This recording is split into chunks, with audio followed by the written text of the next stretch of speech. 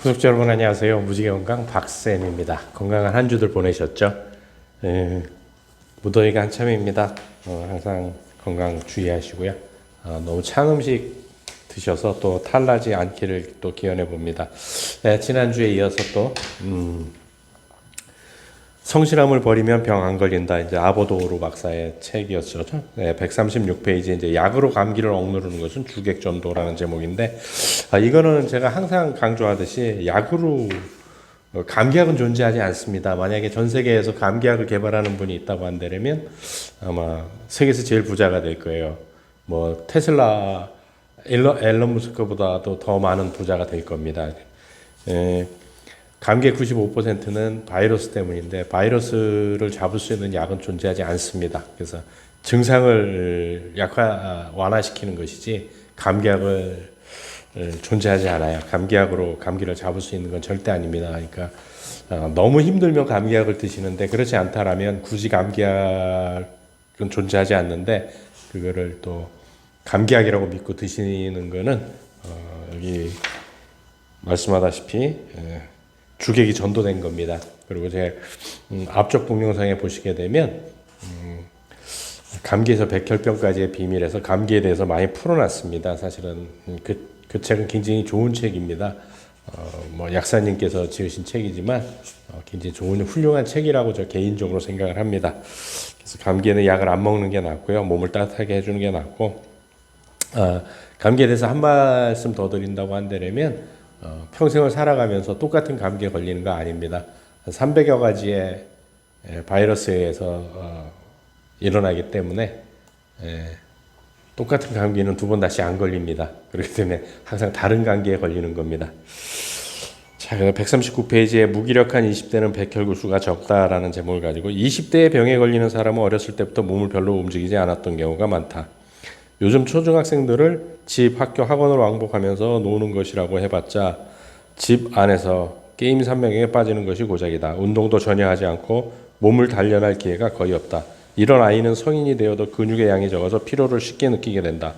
그 때문에 걷거나 몸을 움직이기 싫어한다. 당연히 기력이나 활력이 떨어진다. 이런 사람은 체력도 문제지만 스트레스에도 약해 사소한 일에도 좌절하거나 자신을 망치는 경우가 많다.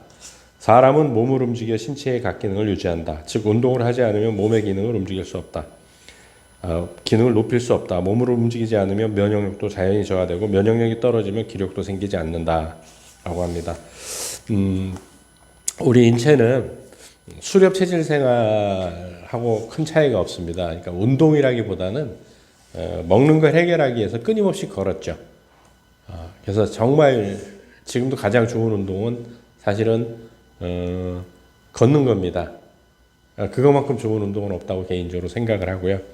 뭐 많은 분들이 뭐 피트니스나 뭐 특별하게 근육을 키우고 싶어서 뭐 하시는 분들도 많아서 그런 운동도 많이 하는데 뭐 그게 나쁘다는 뜻은 아닙니다. 하지만은 정말 건강을 생각한다면, 그 다음에 요즘 좀 안타까운 것들이 개인적으로 어떤 거를 좀 안타깝게 생각하냐면 이렇게 주변에서 건강에 대해서 얘기를 하시는데 일반인들이 카페나 이제 뭐 이런 데서 그런 얘기를 많이들 하세요. 이제 건강이 사실은 관심이 많으니까. 근데 철저하게 현대의학과 철저하게 영양학에 기본된 입장에서 얘기들을 많이 하시는데 사실은 그것은 건강에 사는 방법하고는 틀립니다. 사실은 제 개인적인 생각입니다. 특히 BMI 같은 경우도 BMI 표준에 들어가는 것보다 플러스 3에서 5kg 정도의 체지방을 가지고 있는 게 훨씬 더 건강하게 살 수 있다는 게 점점 밝혀지고 있습니다.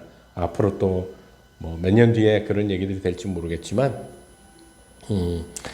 BMI 표준에 들어가는 건 사실 너무 마른 겁니다. 마르면 오래 살 수 없습니다. 이건 뭐 마른 사람이 스트레스를 받게 되면 더 스트레스에 적응하기 어렵습니다. 또 이제 148페이지에 살다 보면 좌절하거나 분노하게 되는 일이 다반사다. 하지만 면역력에 가장 나쁜 영향을 주는 것은 화를 내는 것이다. 뭐 저도 화를 좀 내는 편인데 별로 좋은 건 아니라고 생각을 합니다. 또 151페이지에 권위적인 사고방식을 가진 사람도 병에 걸리기 쉽다. 최근에는 많이 나아졌지만 얼마 전까지만 해도 구청 등에서 민원을 보는 공무원 중에는 권위적인 인상을 주는 사람이 많았다. 행정 역시 서비스업이라는 인식이 전혀 없었기 때문일 것이다. 하여간 그렇습니다. 치매에 걸리기 쉬운 타입은 융통성이 없고 머리가 굳은 사람들이다. 이거는 뭐 굳이 따로 설명을 안 드려도 될 것 같은 것이고요. 권위의식에 가득 차서 부하주경을 윽박지르고 호통만 치는 사람 역시 병에 잘 걸린다. 화를 내면 교감신경이 긴장해서 그때마다 혈압이 올라가 심장에 부담을 준다. 사람들에게 신뢰를 받거나 좋은 인상을 주기도 힘들다. 조직에 몸담고 있을 때야 괜찮겠지만 그곳에서 나온 순간 독불장군 취급을 받고 외톨이가 될 수도 있다.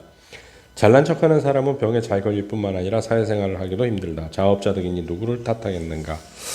그래서 모든 게 일체유심조 내 마음속에서 만들어내는 것이고 개인적으로는 또 어떻게 생각하냐면 지구는 80억 개라고 생각을 합니다. 우리는 한 지구에서 한 행성에 살고 있지만 각자가 보는 세상이 다 다르기 때문에 다 다른 세상에서 살고 있는 겁니다.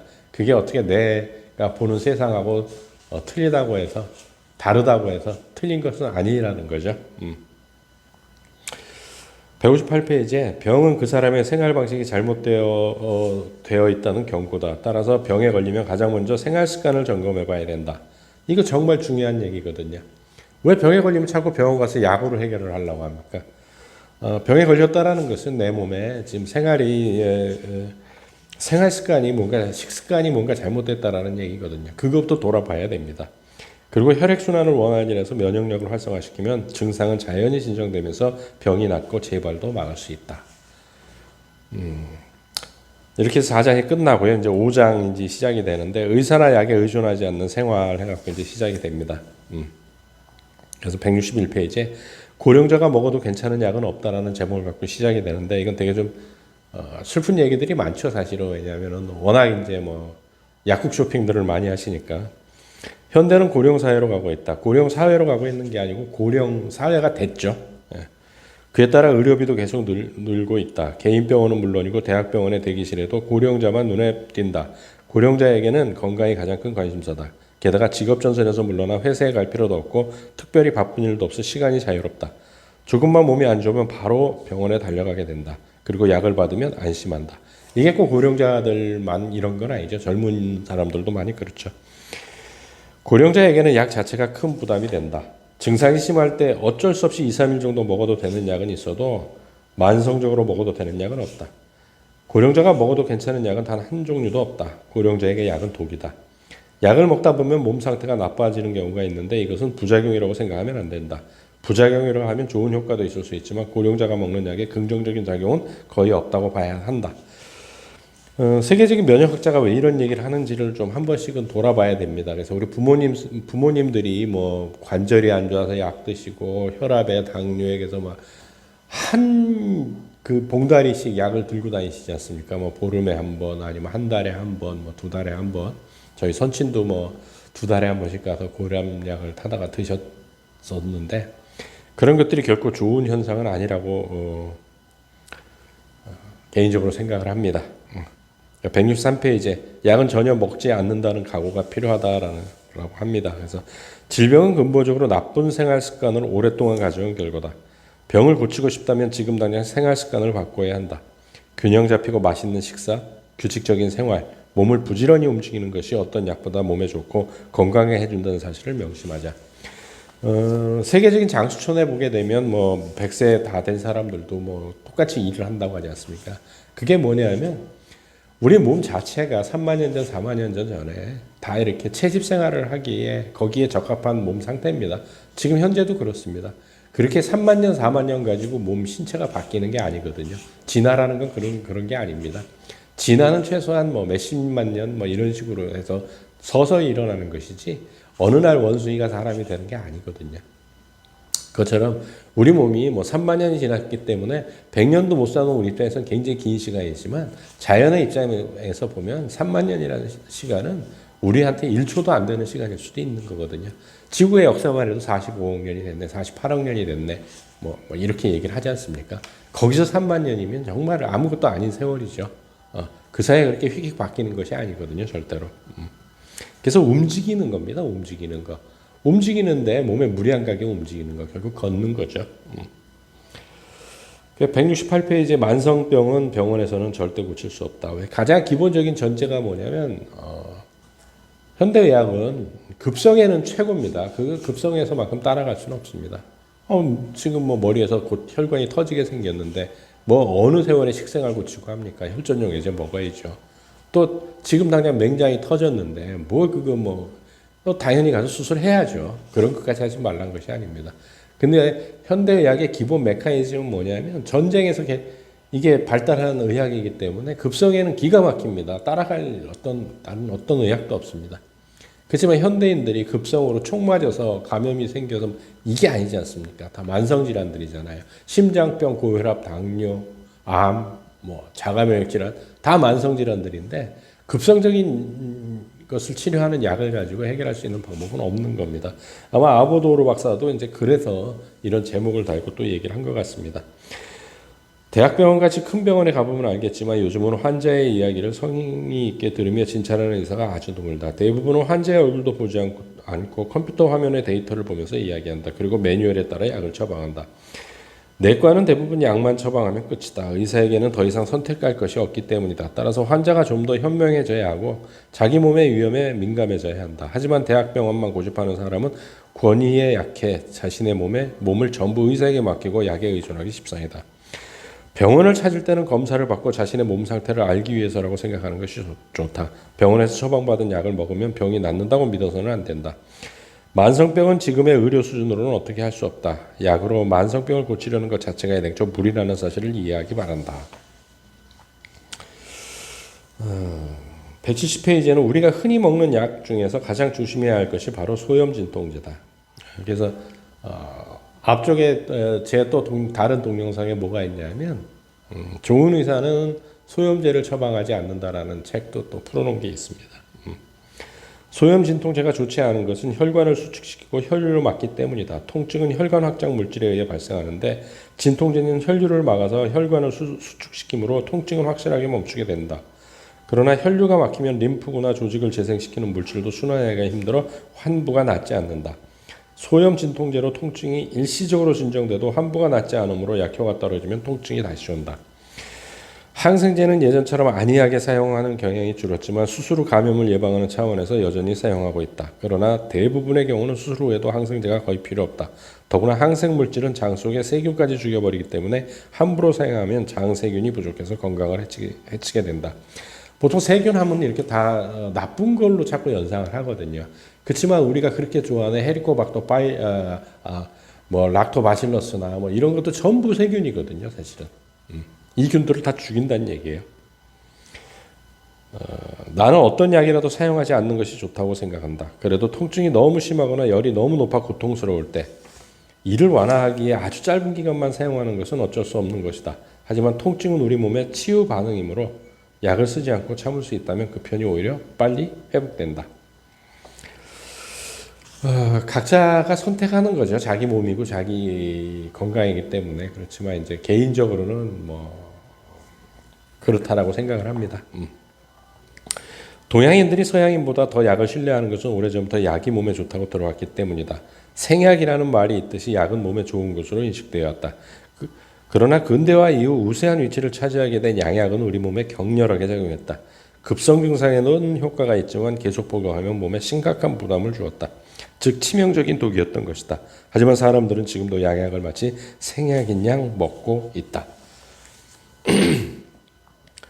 증상에 극적인 효과가 있는 약은 그만큼 독성도 강하기 때문에 지속적으로 먹을 경우 건강하고 젊은 사람이라도 몸이 망가진다.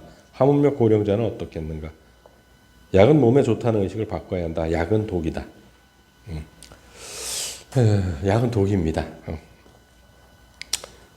또 이제 175페이지에 이제 현대인들이 가장 두려워하는 병은 암일 것이다. 그러나 암에 걸렸다고 해서 세상이 끝난다 절망하고 겁을 낼 필요는 없다. 초기 암일 경우 면역력을 높이면 2, 3개월 만에 나을 수도 있다. 그러나 암이 너무나 두려워 수술, 방사선 치료, 항암제를 이어지는 힘든 치료를 받고 오히려 죽음을 앞당긴 사람이 많다. 177페이지에 또 약에 대한 얘기가 나오는데 열이 난다고 무턱대고 약으로 진정시키는 것은 오히려 몸에 나쁘다는 것을 짐작할 수 있다. 그런데도 사람들은 항암제를 사용하여 열이 나면 해열제를 먹고 통증이 생기면 진통제를 복용한다. 이 때문에 백혈구가 약해져 힘을 발휘하지 못하고 암이 더욱 위세를 떨치게 된다. 이러한 치료를 다 받은 다음 더 손을 쓸 수 없는 상태가 되면 환자는 병원에서 쫓겨난다. 큰 병원에서는 더 이상 치료 수단이 없는 환자를 퇴원시켜 자택 요양을 하게 하거나 호스피스를 권하기도 한다. 완화 의료를 하는 사람들은 항암제를 계속 투여하는 치료를 반대하면서 환자들을 그렇게까지 힘들게 할 이유가 무엇이냐고 화를 낸다. 이에 대해 국립암센터 의사들은 치료를 그렇게 간단히 포기할 수 있는가라고 반론한다. 그들은 항암제가 좋다는 생각을 결코 버리지 않는다. 항암제를 계속 투여하면 항암제 때문에 죽게 된다. 항암제가 암을 치료하는 약이라는 전제는 이미 잘못됐다. 성공률 20%를 위해 나머지 80%는 희생해도 상관없다는 것이 지금의 항암제다. 이러한 치료는 국립암센터, 대학병원, 국립병원처럼 권위 있는 큰 병원이 아니면 거의 불가능하다. 일반 병원에서는 치료를 해도 낫지 않고 오히려 더 악화되는 경우 환자나 가족들로부터 쏟아지는 비난을 감당할 수 없기 때문이다. 실제로 이런 치료를 받으면 순식간에 몸이 약해져 겉으로 보기에도 얼마 못 살 것 같다고 느끼게 된다. 아부도우르 박사는 항암제 쓰는 것을 굉장히 반대하시는 분이죠. 일본의 몇몇 아주 대표적인 유명한 의사분들이 계십니다. 그러면 암에 걸렸다면 어떻게 할 것인가 181페이지에 나오는데, 암에 걸렸다는 것은 과로, 고민이나 걱정 등 그 사람이 심각한 스트레스를 받고 있다는 것을 의미한다. 병원에서 암을 발견하면 대부분 수술을 권한다. 이럴 때 과연 어떻게 하는 것이 좋을까? 내가 권하는 방법은 수술을 비롯한 3대 치료 요법을 받기보다 면역력을 높여서 스스로 고치는 것이다. 그러나 수술을 받지 않는다는 사실에 본인이나 주변이 불안해한다면 면역력이 오히려 떨어진다. 전이도 없고 수술로 깨끗하게 암세포를 절제했다면 생활 습관을 완전히 바꿔야 한다. 이전의 생활로 돌아가면 전이나 재발의 위험이 높기 때문이다. 암이 상당히 진행됐고 크기도 커서 대수술을 해야 하는 경우는 수술 자체가 엄청난 스트레스가 된다. 이로 인해 면역력이 더 떨어질 수도 있고 방사선 치료나 항암제 치료까지 받게 된다면 상태는 더욱 심각해진다. 따라서 이 경우는 3대 치료보다 생활을 바꿔서 면역력을 높이는 것이 바람직하다라고 얘기를 하십니다. 방사선을 사용해도 되는 예외적인 경우는 식도암의 통과 장애나 뇌종양의 마비 증상을 없애기 위해 몇 차례만 실시하는 정도다. 항암제가 나쁜 것은 틀림없는 사실이지만 예를 들어 급성 림프구성 백혈병처럼 암 자체가 항암제에 아주 민감해 항암제가 확실히 재구실을 하는 경우는 체력이 허락하는 범위에서 사용해도 괜찮다. 조기암은 물론 진행암 중에서도 아직 별탈 없이 생활할 수 있는 사람이라면 진행 정도에 따라 필요한 시간은 달라지겠지만 면역력을 높이면 암은 반드시 낫는다. 이를 위해서는 면역력을 높이는 생활을 꾸준히 실천해야 한다. 면역력을 높이려면 잘 먹고 부지런히 몸을 움직이며 목욕을 자주 하는 것이 기본이다. 마음을 어떻게 먹느냐에 따라서도 면역력은 크게 달라진다. 암은 반드시 낫는다. 반드시 효과가 있을 것이다 라고 믿고 긍정적인 마음으로 노력하면 암은 반드시 극복할 수 있다 라고 얘기를 하십니다. 185페이지는 건강검진에 대한 얘기인데, 건강검진은 받지 않는다라고 해서 이제 일본에서 되게 이제 유명한 분 몇 분은 지금까지 아부 박사가 80이 넘으셨거든요. 근데 아직까지 건강검진을 안 받으셨답니다. 몸 상태가 어지간히 나쁘지 않는 병원에는 가지 않는 편이 좋다. 설령 어떤 병이 발견되었다고 하더라도 생활을 바꾸지 않으면 아무 의미가 없다. 무엇보다 중요한 것은 평소에 건강한 생활을 하는 것이다 라고 얘기를 하십니다. 베스트셀러 병 안 걸리고 사는 법의 저자인 시냐 히로미 선생과 평생 살 안 찌게 먹는 법의 저자인 이시하라 유미 선생, 그리고 나의 공통점은 건강검진은 받지 않는다는 것이다. 되게 유명한 분들이거든요. 이분들 전부 건강검진을 받지 않는답니다. 췌장암이나 식도암은 수술 자체가 아주 힘들기 때문에 그만큼 엄청난 스트레스를 받게 된다. 따라서 수술이 끝나면 몰라보게 수척해진다. 거기다 암을 제대로 절제 못하거나 전이가 있는 경우에는 방사선이나 항암제 치료로 인해 몸이 상하게 되어 살아갈 힘조차 잃어버린다. 설령 말기암이라도 살아갈 힘이 있으면 회복도 가능하다라고 얘기를 하십니다. 의사생활 속에서 나온 얘기들이겠죠. 190페이지에 병을 고친다는 것은 스트레스를 없애서 세포의 독자적인 기능을 다시 회복하는 것이다. 이를 통해서도 스트레스가 되는 약이나 치료는 오히려 몸을 상하게 할 뿐이라는 사실을 알 수 있다라고 얘기를 하십니다. 그래서 5장이 끝나고 6장은 이제 생명력을 만들어주는 생활 습관이라고 하는데, 뭐 이거야 뭐 올바른 식습관과 생활 습관을 가지라는 얘기죠. 뭐 그래서 너무 편하면 치매가 찾아온다는 얘기도 있고요. 그래서 몸을 좀 괴롭히셔야 됩니다. 또 뭐 아마존 원주민의 치유 방식으로 살으라는 거고, 병이 남은 영양 섭취는 스탑이를 하라는 거. 이제 좀 상태가 좋아지면 드셔야 되는 거고, 사실 먹는 거를 조금 지양하셔야 되고, 움직이셔야 됩니다. 움직이시는 게 가장 좋고요. 뒤에 가면은 이제 뭐 건강하게 죽는 법 이런 얘기도 나오는데, 이런 거는 뭐 그렇고, 제가 말씀드리고 싶은 건 그겁니다. 그러니까 병이 안 걸릴 수는 없지만 걸려도 너무 그렇게 겁먹을 필요는 없는 거고요. 계기로 삼으셔야 됩니다. 내 식습관과 생활 습관이 무엇이 잘못됐나, 내가 너무 스트레스 받고 생활했나 이런 걸 하셔서 그걸 고쳐 나가셔야 됩니다. 그래야만이 건강한 삶을 유지할 수 있는 겁니다. 우리의 모든 사람의 소원은 그걸 거예요. 뭐냐면 9988234죠. 99세까지 건강하게 살다가 그냥 뭐 2, 3일 할 때 죽는 게 꿈인데 다들 그렇지 않습니까? 치매도 안 걸리고. 그러려면 몸을 쉬지 않고 움직이셔야 됩니다. 또 건강하게 움직이는 한 주가 되시기를 기원드리며 다음 주에 더 좋은 책으로 찾아뵙도록 하겠습니다. 수고하셨습니다.